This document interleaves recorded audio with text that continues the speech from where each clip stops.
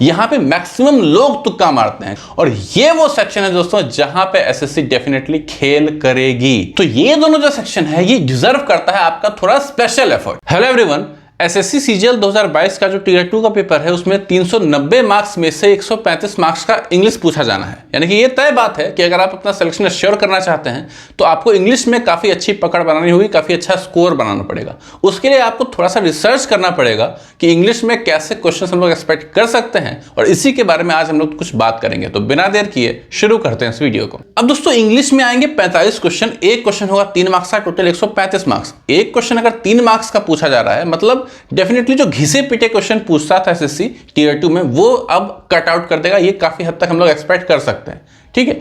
इसके अलावा पहले 200 क्वेश्चन पूछे जाते थे इंग्लिश में, अब वो घट के 45 क्वेश्चन हो गए। तो जो क्वालिटी क्वेश्चंस हैं वही डालेगा एसएससी, ये भी हम लोग एक्सपेक्ट कर सकते हैं। और जो लेवल पहले एसएससी पूछता था इंग्लिश का वो लेवल इंक्रीज होगा, ये भी हम लोग एक्सपेक्ट कर सकते हैं। 100% श्योरिटी नहीं, एक्सपेक्टेशंस। सबसे पहले बात करते हैं ग्रामेटिकल सेक्शन के बारे में। अब ग्रामर का जो सेक्शन है उसमें एग्जामिनर के पास ना ज्यादा स्कोप नहीं होता है क्वेश्चन को टफ बनाने का, क्योंकि जो एस्टैब्लिश्ड रूल्स हैं जो आपने याद कर रखे हैं या अगर चलिए याद नहीं भी किए हैं तो किसी एक रूल से रिलेटेड अगर क्वेश्चंस आपने सफिशिएंट प्रैक्टिस कर रखे हैं तो उस क्वेश्चन को आप कर ले जाओगे, भले कुछ एग्जामिनर थोड़ा सा उसको टफ ही क्वेश्चन क्यों ना बनाना चाहे, ठीक है। आप वहां पे फंसोगे नहीं अगर आपने सफिशिएंट प्रैक्टिस कर रखी है। तो ऐसा नहीं है कि जो बैंकिंग में जो जिस लेवल का आता है, जितना लंबा लंबा आता है पागल जैसा, वैसा पूछा जाएगा, वैसा बिल्कुल भी नहीं पूछा जाएगा। इस बात को लेकर आप निश्चिंत रहिए। हाँ, जैसा क्वेश्चन पूछा जाता है उसमें थोड़ा सा हम लोग लेवल हाई लेवल एक्सपेक्ट कर सकते हैं, लेकिन वो आपको परेशान नहीं करेगी अगर आपका रूल्स पे पकड़ है तो। अब बात करते हैं वोकैब सेक्शन की। वोकैब में भी सिमिलर टाइप का ही माहौल है। क्या होता है कि वोकैब में जो क्वेश्चन पूछे जाते हैं एसएससी एग्जाम्स में वो मोस्टली प्रीवियस ईयर क्वेश्चन पे बेस्ड होते हैं और मैक्सिमम एस्पिरेंट्स जो तैयारी करते हैं वो भी प्रीवियस ईयर क्वेश्चन को ही प्रिपेयर करते हैं। बुक से करें या पीडीएफ से करें, जिस भी अलग अलग बुक से करें, वो प्रीवियस ईयर क्वेश्चन को ही कंप्लीट करते हैं, ठीक है। तो अगर by chance previous year question से हट के कुछ पूछ देता है एसएससी तो सबके लिए बहुत ज्यादा मुश्किल हो जाएगा, ठीक है। तो वहां आपको कंपटीशन आपके लिए बढ़ेगा नहीं, आपके लिए कंपटीशन घटेगा वहां पे, ठीक है। तो अगर आपने सिर्फ प्रीवियस ईयर क्वेश्चन आपने अच्छे से कंप्लीट कर रखा है तो आप एट पार हो, बाकी लोगों के बराबरी में हो या थोड़ा ऊपर ही हो। अगर बाहर से पूछ देता है, वाकई में चाह लेता है कि बहुत टफ पूछ देगा तो वो सबके लिए टफ हो जाएगा। आप वहां पे एक्सेप्शनल नहीं रहोगे, सोल सफरिंग करने वाले एस्पायरेंट नहीं रहोगे, सबके लिए वो परेशानी का सबक होगा। तो वहां पे कंपटीशन में कोई डिफरेंस क्रिएट नहीं होगा, सब फिर से एक ही लेवल पे दिखेंगे। बात करते हैं कॉम्प्रिहेंशन सेक्शन की। कॉम्प्रिहेंशन में अगर हम एसेज की बात करें तो जो मतलब रीडिंग कॉम्प्रिहेंशन पूछा जाता है उसको टफ बनाने का मेनली 2 ही तरीका है। किसी भी एग्जाम्स में इन्हीं 2 तरीकों को अप्लाई किया जाता है, या तो उस कॉम्प्रिहेंशन को बहुत लंबा कर दो या तो एब्स्ट्रैक्ट क्वेश्चन पूछ लो। यही 2 तरीका है और इन दोनों तरीकों पे आप पारंगत हासिल कर सकते हैं अगर आप पैसेज को अच्छे से पढ़ें, और वो तब पॉसिबल है जब आपके पास सफिशिएंट अमाउंट ऑफ टाइम है, जो कि आपके पास होगा, क्योंकि 1 घंटे का टाइम आपको मिलेगा जीके और इंग्लिश दोनों अटेम्प्ट करने के लिए। तो इंग्लिश के लिए आपको सफिशिएंट अमाउंट ऑफ टाइम मिलने वाला है, इस बात का आप ध्यान रखिए। तो इसीलिए अगर आपके पास अंडरस्टैंडिंग है, पढ़ के समझ सकते हैं इंग्लिश, तो जो रीडिंग कंप्रिहेंशन है वो भी आपके लिए बहुत ज्यादा परेशानी क्रिएट नहीं करेगा। नरेशन और वॉइस की बात करें उसका भी अपना एक सेक्शन है, तो वो तो फर्जी ही हमेशा से पूछा जाता है और अभी भी वैसा ही आएगा। उसमें कुछ भी हम लोग अलग एक्सपेक्ट नहीं करेंगे, बिल्कुल भी जैसा आता है वैसा ही आएगा और फिर से उसमें आप फुल स्कोर करोगे। हाँ, नंबर ऑफ क्वेश्चंस बहुत ज्यादा कम हो जाएंगे, ये हम लोग पक्के तौर पर कह सकते हैं। अब बात आती है क्लोज टेस्ट एंड पीक्यूआरएस। इस दोनों को मैं एक ग्रुप में रखता हूं क्योंकि इसका अपना सेक्शन है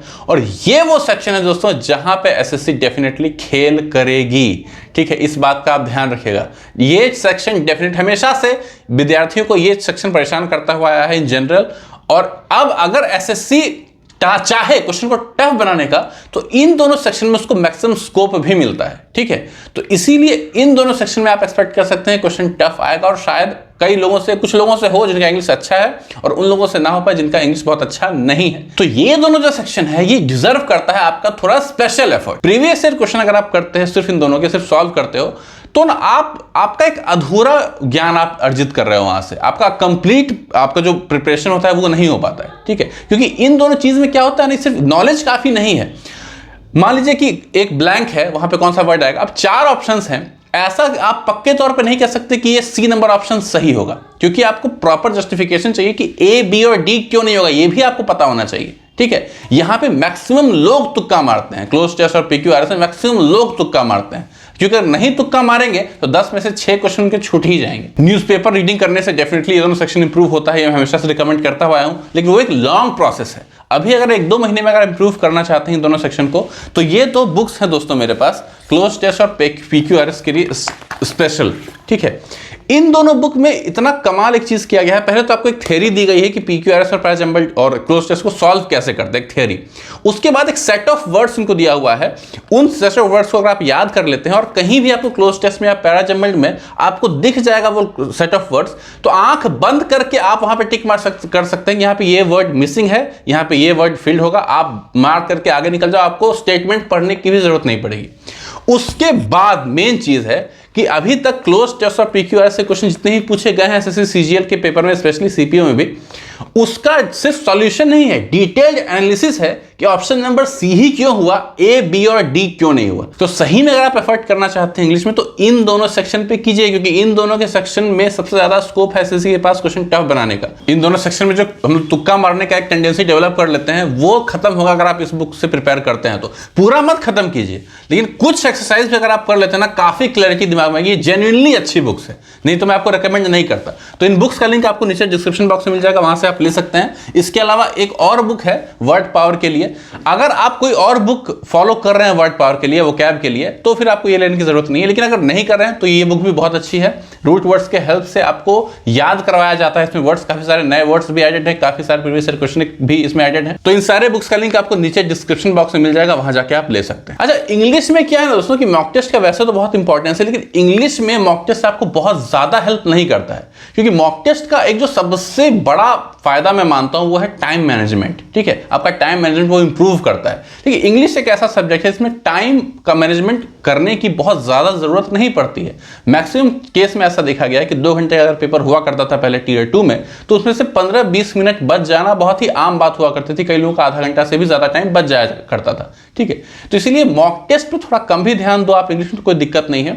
previous year questions, theory, concept, उस पर आप थोड़ा ज्यादा ध्यान दो। थोड़ा याद करना पड़ेगा आपको, थोड़ा रटना पड़ता है वोकैब वगैरह, उस पर आपको थोड़ा ज्यादा ध्यान देना पड़ता है। ज्यादा मॉक्स के पीछे आप मत भागें, तो आपके लिए ज्यादा बेटर होगा। तो आई होप कि इंग्लिश के रिगार्डिंग आपके मन में कुछ क्लैरिटी आई होगी। तो आज की इस वीडियो में इतना ही, बहुत ही जल्दी मिलेंगे अगले वीडियो में एक नए कॉन्सेप्ट के साथ, एक नए इनोवेशन के साथ, एक नई डिस्कशन के साथ। तब तक के लिए बाय बाय।